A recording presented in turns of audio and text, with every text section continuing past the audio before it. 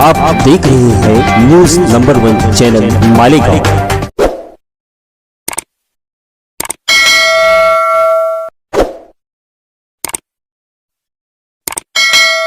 मैं हूं साकिर साहब और आप देख रहे हैं न्यूज नंबर 1 चैनल। आइए नजर डालते हैं शहर की कुछ खास खबरों पे।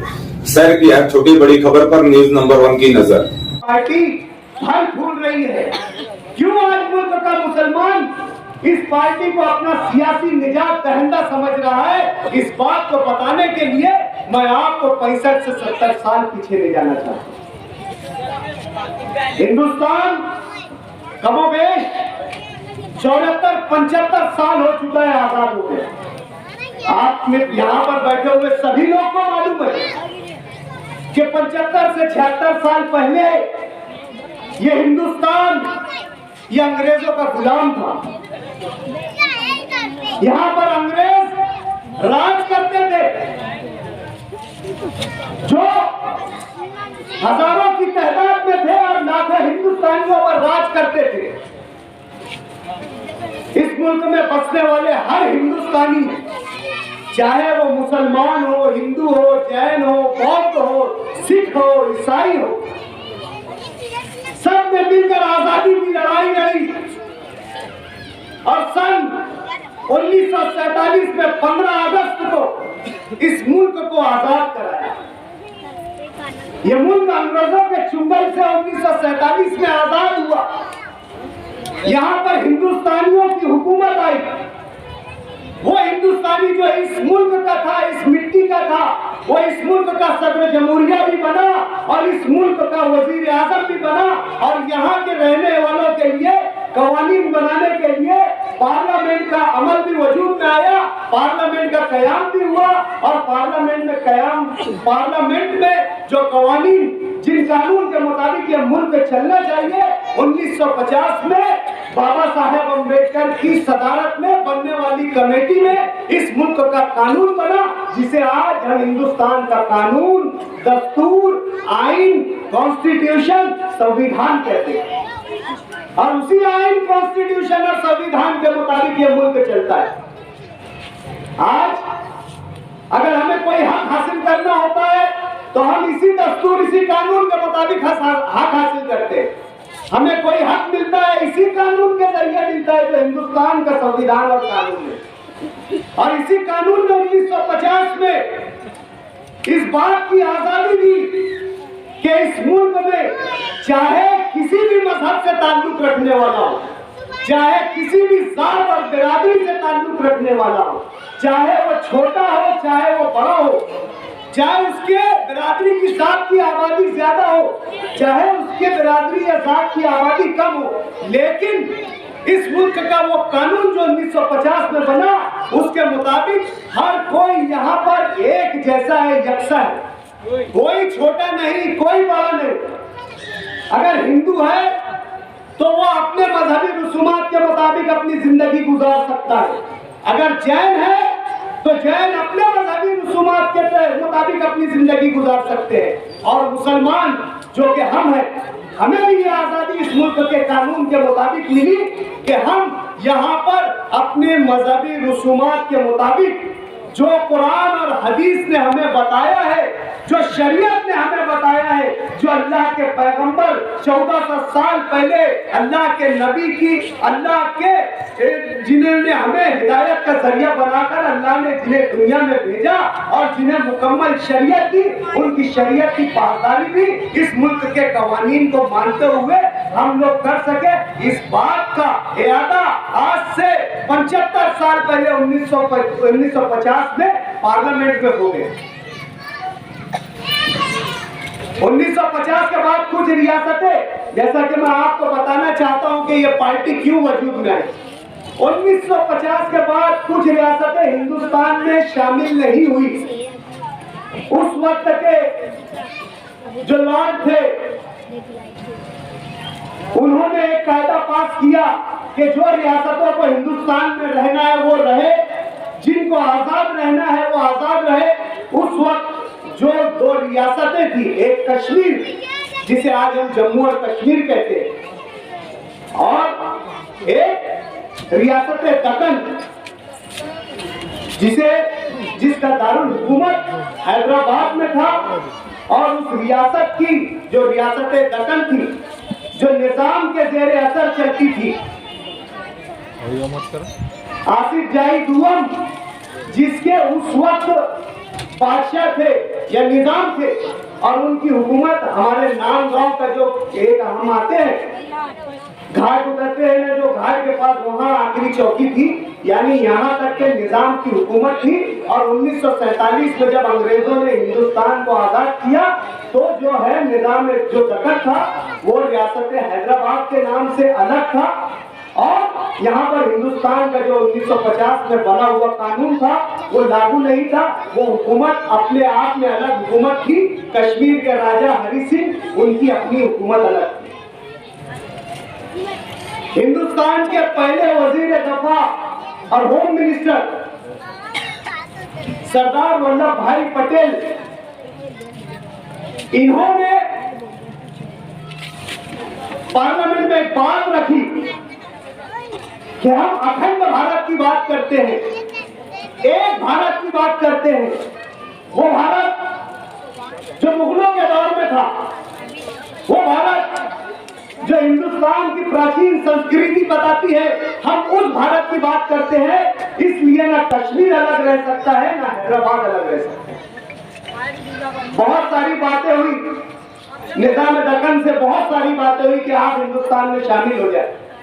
कश्मीर से भी बहुत सारी बातें हुई, क्योंकि कश्मीर में रहने वाले ज्यादातर लोग मुसलमान थे और राजा जो थे वो हिंदू थे, राजा हरि सिंह। और हिंदुस्तान की जो बरसरे इख्तिदार लोग थे, जिनके हाथ में इख्तिदार आ गया था, जो वजीर आजम बन गए थे, वो हिंदू थे। इस नजरिए की बुनियाद पर कश्मीर बिना जंग किए हुए, बिना मुजाहमत किए हुए, बिना लड़े हुए वो हिंदुस्तान में शामिल हो गया।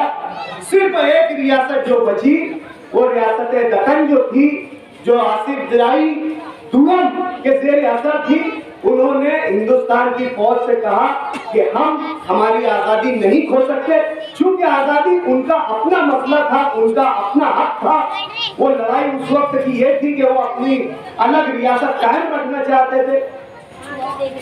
सरदार वल्लभ भाई पटेल की क़यादत में जो है हैदराबाद को एक पूरे जंग के बाद, जिसे यहाँ पर बैठे हुए बहुत सारे बुजुर्गों को तारीख मालूम होगी, जो जानते होंगे कि पुलिस एक्शन जिसे कहा जाता है, पुलिस एक्शन जो हमारे नाम गांव तक हुआ था, उस वक्त हिंदुस्तान की जो फौज थी जहां पर हम रहते हैं, उसने निजाम की हुकूमत को कब्जा किया, और निजाम के लिए जो लड़ने वाले थे रजाकार, उनको पुलिस ने ढूंढ ढूंढ कर जेर हिरासत लिया। उन पर कायदे कानून से केसेस चलाए गए, बेतहाशा पुलिस एक्शन में लोग मारे गए, खून की नदियां बह गई, और रियासत दक्कन हैदराबाद वो जो है वो हिंदुस्तान में शामिल हो गया। जब वो हिंदुस्तान में शामिल हो गया तो जाहिर सी बात है, जिनकी फितरत में गुलामी नहीं है, जो जल्द हार मानने वाले नहीं होते, उन लोगों ने इस बात का इनकार किया कि हम हिंदुस्तान में शामिल नहीं होंगे। ऐसे लोगों को जो रजाकार कहा जाता है, वो हिंदुस्तान में शामिल ना होने की जिद पर अड़े थे। उस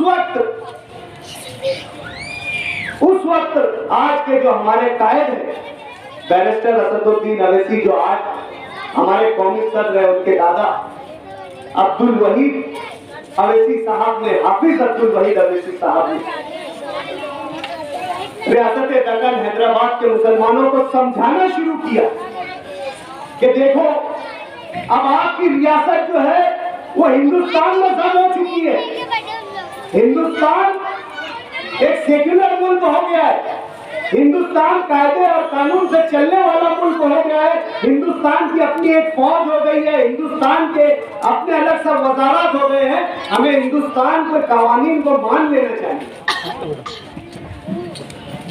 लोग जो निजाम हुकूमत के तहत चलने वाले थे, उन्होंने ये बात को इनकार किया, उनको पागल कहा, मजनू कहा।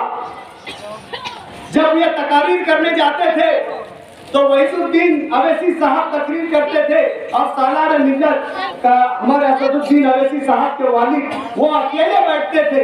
वहीदुद्दीन अवैसी तकरीर करते थे, वो पूरी बात सुनते थे, फिर वो तकरीर करते थे, सामने जो है वहीदुद्दीन अवैसी साहब बैठते थे, वो उनकी बात सुनते थे। लोगों ने उन्हें अपने घर से लाइट भी नहीं देते थे। उस वक्त कंडील का जमाना था, कंडील जलाकर ये लोगों को बातें समझाते। मुसलमानों की सल्तनतें लूट चुकी थी। जो मुसलमान रियासत निजाम में मालदार हुआ करते थे, बड़ी बड़ी हवेलियों के मालिक हुआ करते थे, बड़ी बड़ी रेवड़ियों के मालिक हुआ करते थे, बड़े बड़े कारोबार के मालिक हुआ करते थे, वो रोडों पर सड़कों पर आ गए, भीख मांगने के लिए मजबूर हो गए। उस वक्त ऐसे लोगों की नुमाइंदगी मजलिस इत्तेहादुल मुस्लिमीन के बानी वहीदुद्दीन हाफिज वहीदुद्दीन अवैसी साहब ने की और उन्हें मुस्तकबिल के सुनहरे ख्वाब दिखाए। उन्हें यह एहसास दिलाया कि अगर एक नजरिया खत्म हो गया, एक लड़ाई खत्म हो गया, इसका मतलब हमारा जिस्म मुर्दा नहीं हो गया। हम हरकत करेंगे तो यकीनन आगे हमारा मुस्तकबिल रोशन होगा। आज हम पिछड़े जरूर है, आज हम हारे जरूर है, लेकिन आज जो मौका अल्लाह ने हमें दिया है कि हिंदुस्तान के कानून को और मुल्क को अपनाकर इसमें हम हमारी तरक्की और भला बहबूद कर सकते हैं, इस बात को मनवाया। और आज आप देख रहे होंगे जो नजरिया, जो बात उन्होंने वहां के मुसलमानों को समझाने की कोशिश की, उस बात को वहां के मुसलमानों ने कबूल किया। आज 70 और 75 सालों के बाद हैदराबाद का मुसलमान खुशहाल और खुद कबील। आज से 30-35 सालों तक बहुत बुरे हालात थे हैदराबाद के। गरीबी से लोग अपनी बच्चियों की शादियां दूसरी रियासतों में कर देते थे, अपने रक्त जिगर को दूसरों के हवाले कर दिया करते थे। लेकिन आज वो हैदराबाद, वहां पर मुसलमानों के लिए आज मेडिकल कॉलेज भी है, हॉस्पिटल भी है, इंजीनियरिंग कॉलेज भी है, बैंक भी है, और आज ऐसे कई मराकिज है जहां पर मुसलमानों की फलाह और बहबूद का काम किया जाता है। इसी बात को असदुद्दीन अवैसी साहब ने ख्वाब बनाया कि जो नियत, जो मकसद लेकर हम हैदराबाद में पार्टी का कयाम किए, वो मकसद अब पूरे हिंदुस्तान के मुसलमानों में जाना चाहिए। अब हिंदुस्तान के पूरे मुसलमानों को ये बात समझना चाहिए कि अपनी एक सियासी जमात हो, अपनी एक सियासी कुव्वत हो। 70 सालों का लंबा अरसा गुजर गया। इस देश का मुसलमान कभी कांग्रेस के साथ, तो कभी जनता दल के साथ, तो कभी समाजवादी के साथ, तो कभी मुस्लिम लीग के साथ, लेकिन इन 70 सालों में मुसलमानों ने अपनी कोई सियासी जमात नहीं बनाया, कोई सियासी पार्टी नहीं बनाया। इसलिए आज मुसलमानों का ये हाल है कि आज हमारा कोई पुरसान हाल नहीं। कोई भी रियासत हो, कोई भी शहर हो, आज मुसलमान किसी हैसियत के नहीं रह गए। कोई सियासी पार्टी उसे कबूल करने के लिए तैयार नहीं है। जहां भी इलेक्शन हो रहे हैं, चाहे वो बंगाल में हो रहे हैं, चाहे उत्तर प्रदेश में हो रहे हैं, वोट के लिए हर कोई हमारे सामने हाथ फैलाए हुए, वोट दे दो, लेकिन हमें नुमाइंदगी नहीं दी जा रही, हमें बराबरी नहीं दी जा रही है, हमें साथ में बैठाकर इख्तियार नहीं दिया जा रहा है, हमें हुक्मरान नहीं बनाया जा रहा है, हमें सिर्फ महकूम बनाया जा रहा है, हमें सिर्फ मजलूम बनाया जा रहा है, हमें सिर्फ मजदूर बनाया जा रहा है, हमें साथ में बैठाकर इख्तियार में हमारे को साथ में रखने वाला नहीं बनाया जा रहा। इसी बात को लेकर आज असदुद्दीन अवैसी जो है 64 साल के बाद मुल्क के कोने कोने में जा रहे हैं और इस बात को समझा रहे हैं कि मुसलमानों, तुम अपनी तारीख को पहचानो, अपने माजी को पहचानो। तुम कम थे, लेकिन तुम में हिम्मत थी, हौसला था, तो तुमने मुल्कों पर राज किया। तुम कम थे तादाद में, तुम्हारी तादाद इतनी बड़ी नहीं थी, लेकिन तुम में हौसला था, तुम में ताकत थी, तुम में फैसला करने का शऊर था। तुमने फैसला किया तो 800 साल तक तुमने इस मुल्क पर हुकूमत की। आज तुम्हारा वो फैसला करने की कुव्वत निकल चुकी है, आज तुम्हारा हौसला निकल चुका है। आज जो तुम कभी किसी जमाने में अपने आप पर एतमाद करते थे, अपने आप पर भरोसा करते थे, अपने रहनुमा अपने लीडर पर भरोसा करते थे, आज वो एतमाद आप लोगों ने खो चुके हैं। इसलिए आज पैर आप पर मुसल्लत हो गए, दूसरे आप पर मुसल्लत हो गए और वो आज आपके हुकूक पर शक्कू मार रहे हैं। जो 70 साल पहले आईन ने हमें आजादियां दी थी, मजहबी आजादियां दी थी, आज हमारा कोई रहनुमा और रहबर ना होने की वजह से वो तमाम हुकूक छीन लिए जा रहे हैं।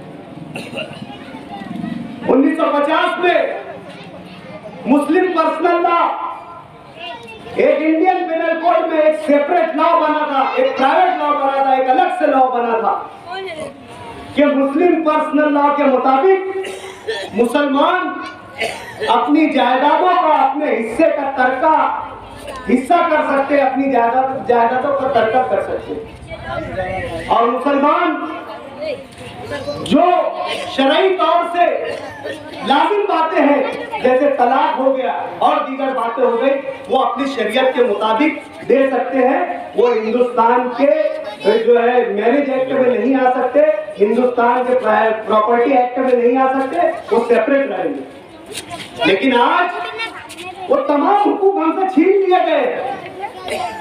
आज हमें कॉमन सिविल कोड के नाम पर, यक्सा सिविल कोड के नाम पर सबके साथ लाकर खड़ा कर दिया गया। आज ये बात कही जा रही कि पूरे हिंदुस्तान के लोग जो हिंदू मुसलमान है सबके लिए एक कायदा, इसलिए हम ट्रिपल तलाक खत्म कर दे रहे हैं, इसलिए हम जो है आर्टिकल 370 को खत्म कर रहे हैं। अभी हिजाब का मसला आप लोगों के सामने, हिजाब पहनने को गैर कानूनी हिंदुस्तान जैसे मुल्क में करार दे दिया गया और वो भी अदालती निजाम के जरिए करार दे दिया गया। ये तमाम हुकूक छीन लिए जा रहे हैं।